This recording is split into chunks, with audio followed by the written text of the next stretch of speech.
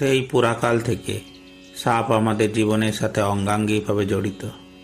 সেই পুরাণ অনুযায়ী দেবাদিদেব মহাদেবের গলা জড়িয়ে আছে বাসুকী নাগ।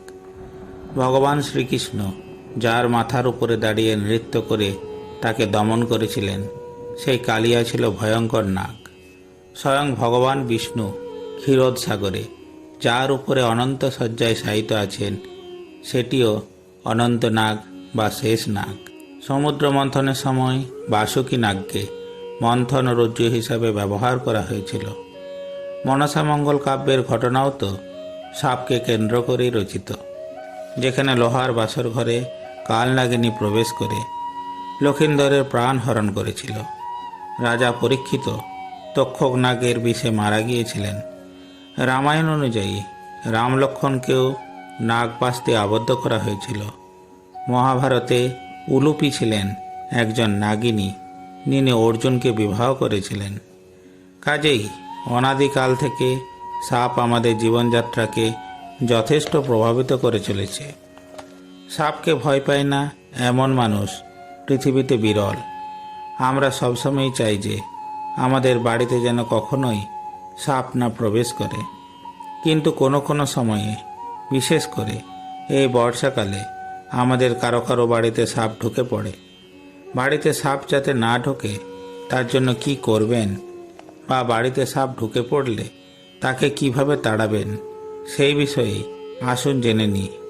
1. বাড়িতে সাপ যাতে না আসে তার জন্য প্রথম যে কাজটি করতে হবে তা হলো ঘর বাড়ি পরিষ্কার পরিচ্ছন্ন রাখা। বাড়িতে ঝোপ জঙ্গল হতে দেবেন না। 2.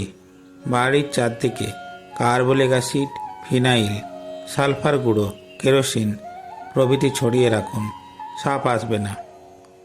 3. পেঁয়াজ ও রসুনের উগ্র গন্ধে সাপ আসে না, তাই বাড়ির চার কোণে ও দরজায় পেঁয়াজ ও রসুন থেতো করে রেখে দিন। 4. নিম তেল ছড়ালেও ভালো কাজ হয়, তাই নিম তেল ছড়িয়ে রাখুন। 5. তুলসী পাতার গন্ধে সাপ আসে না, তাই বাড়িতে তুলসী গাছ অবশ্যই লাগান। 6. বাড়িতে যাতে ইঁদুর ও ব্যাঙ না থাকে সেদিকে লক্ষ্য রাখুন। 7. ঘরে গর্ত থাকলে তা বুঝিয়ে ফেলুন। এত কিছু সতর্কতা অবলম্বন করার পরেও যদি আপনার বাড়িতে সাপ ঢুকে পড়ে, তাহলে তাকে কিভাবে তাড়াবেন? প্রথমেই বলে দিই, আপনি কিন্তু কখনোই সাপ মারবেন না। সাপ মারলে আপনার জীবনে নেতিবাচক প্রভাব পড়বে। তাই সাপ ঢুকলে প্রথমেই সাপের কাছাকাছি জায়গায় carbolic acid, phenyl, vinegar, kerosene বা সালফার গুঁড়ো ছড়িয়ে দিন। এগুলির গন্ধে সাপ চলে যাবে। এগুলিতে কাজ না হলে একটা বড় লাঠি হাতে নিয়ে মাটিতে ঠুকে ঠুকে শব্দ করে সাপ তাড়াতে পারেন। তাও সম্ভব না হলে আপনার বাড়ির কাছাকাছি বন দপ্তর থাকলে সেখানে জানাতে পারেন, তারা সাপটিকে ধরে নিয়ে যাবে। মোট কথা, ভয় পাবেন না, আতঙ্কিত হবেন না, সাপ মারবেন না। মনে রাখবেন, সাপ কিন্তু একমাত্র আত্মরক্ষার কারণেই কামড়ায়, তাই সাপকে উত্ত্যক্ত করবেন না। শান্তভাবে সাপের মোকাবিলা করুন, সাপ চলে যাবে। জয় মা মনসা।